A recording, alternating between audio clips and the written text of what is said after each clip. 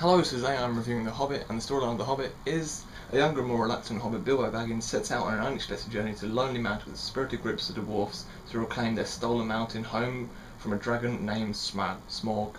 I think you said Smog. We're gonna miss it out, but I'm really professional and read this storyline off my computer. So, The Hobbit, An Unexpected Journey has been getting a lot of negative reviews, and I'm not going to be one of those people that gives it a negative review, because I enjoyed this. I feel that the people that went and saw this compared it too much to The Lord of the Rings.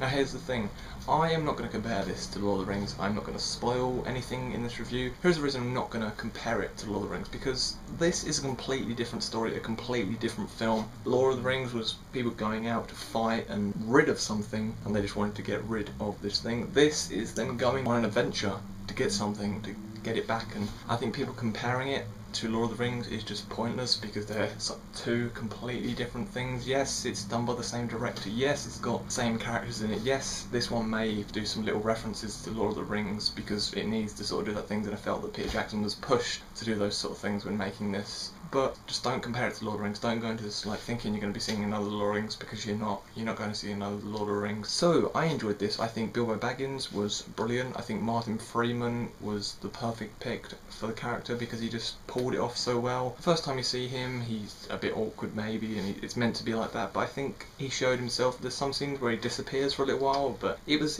good, and I liked him. Gandalf is brilliant as always, and is a badass in battles and that. And then we've got Thorin, or however you say his name, the new dwarf. He's the only dwarf I'm going to pick out of all these, because I think there was some dwarfs that were great and some that were a little bit annoying, but Thorin was just a badass, and the finale that we get just sees something incredible from him, and it was just brilliant. Now everyone's slagging off Radagast the Brown, the annoying guy, the annoying person that everyone thinks is annoying.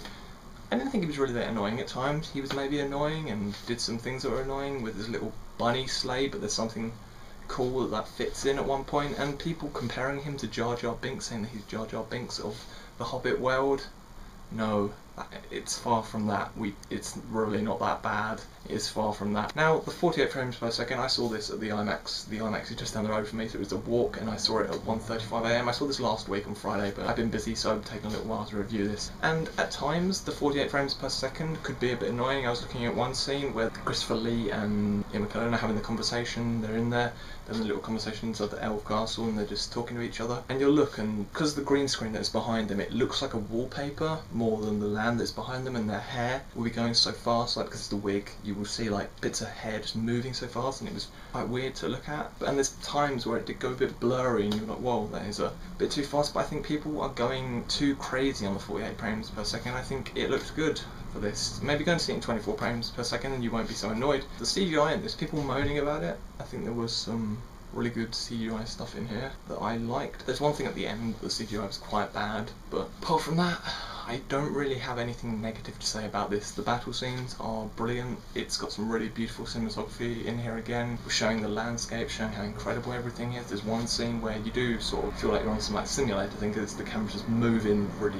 fast down all these paths, and it looks good. And the best thing about this is a conversation between Gollum and Bilbo Baggins, and it was just the best scene in the film and worked brilliantly. I'm going to give The Hobbit a 10 out of 10. Yes, you're probably going to moan about that, but I just feel that people are slagging this off too much, trying to compare it to Lord of the Rings when you shouldn't compare it to Lord of the Rings, because it's far from that. I've seen people just going in and saying that they had low expectations for this film. I think if you set yourself on low expectations, if you just set yourself on any expectations, then you're going to be sort of stay with those through the whole film. If you just go in with nothing, if you just go in and just think that with nothing, just watch it, enjoy it, don't think about your expectations, then you will enjoy it. And there's just people making all these jokes online, on Twitter and that, saying, oh, I think I fell asleep halfway through The Hobbit, I think I have to go and see it again. I've just seen people copying, saying they fell asleep. It's just not funny now. It's really boring to keep saying people saying they fell asleep. Yes, maybe the first half an hour was a bit too long, but you connected with these characters, you knew these characters well. It's people that were just expecting another Lord of the Rings and for it to go straight away into a battle, but no, you shouldn't really expect that. Wait a little while for them to properly get into the adventure, but it's a good wait, and I really enjoyed this, and that is my review of The Hobbit. Hope you enjoyed this review, and I shall see you all later. Goodbye.